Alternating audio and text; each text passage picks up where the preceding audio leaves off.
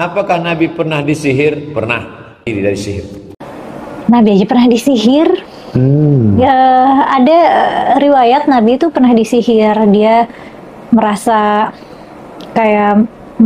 bingung, terus pokoknya dia merasa kayak orang gak waras. Dan kemudian dugaannya tuh Nabi pernah disihir. Nah, ini juga riwayat yang kontroversi ya di kalangan akademisi studi Islam juga, karena kalau misalnya Nabi bisa disihir, itu berarti tuduhan orang kafir yang didokumentasikan di Quran itu berarti benar dong. Kan ada banyak yang bilang kamu tidak lain hanyalah orang yang kena sihir gitu. Itu kan ada tuh tuduhan-tuduhan itu ke Nabi. Nah, itu jadi dilemanya para cendekiawan Muslim sih. Tapi ada cerita Nabi pernah kena sihir. Tapi tentu ya, aku kan cenderung skeptis sama hal-hal yang kayak gitu, yang klinik kayak gitu. Jadi ya mungkin Nabi sakit aja.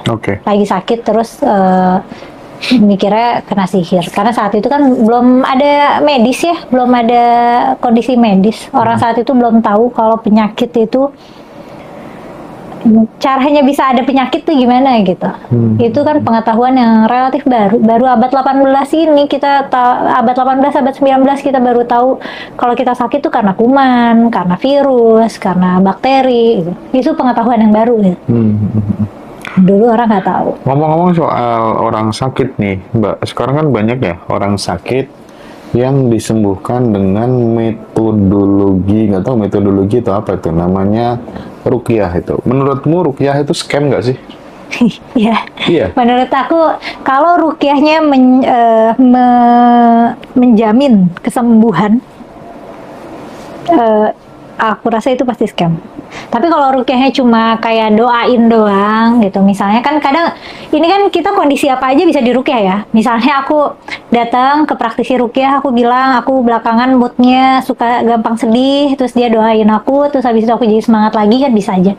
Tapi kalau misalnya aku punya tumor gede gitu di tangan aku, terus aku minta diruqyah, terus dia misalnya jualan madu kayak garam kayak minyak kayak, terus dia bilang nih kalau dipakai 3 minggu sembuh gitu, ya itu pasti scam. Karena sebenarnya ruqyah itu kan secara bahasa kan artinya mantra. Itu memang tradisi lama. Ruqyah itu udah ada dari sebelum zaman Islam, dan Nabi itu pernah mengharamkan ruqyah. Tapi masyarakat tetap mempraktikkan ruqyah anyway, ya mungkin karena nggak ada alternatif lain gitu. Ruqyah itu kan praktek yang dipercaya kita bisa nyembuhin penyakit dengan ruqyah, nyembuhin sihir dengan ruqyah, menangkal sihir dengan ruqyah. Pokoknya segala masalah yang saat itu belum diketahui cara menangkalnya atau cara menyembuhkannya, ya ruqyah aja gitu. Karena teknologi mereka baru sebatas itu gitu. Nah, terus akhirnya sama Nabi dimodifikasi, boleh ruqyah tapi ruqyah syariah gitu. Jadi yang dibaca adalah ayat Quran gitu, dan minta pertolongannya ke Allah gitu, bukan baca-baca mantra gitu. Ya, Nabi Muhammad tidak pernah kena sihir, santet, sampai halusinasi, atau apapun itu. Mau punya Nabi yang pernah kena sihir? Kalau saya sih enggak. Kami, mazhab Ahlul Bait, menolak tegas riwayat yang mengatakan bahwa Nabi Muhammad SAW pernah terkena sihir.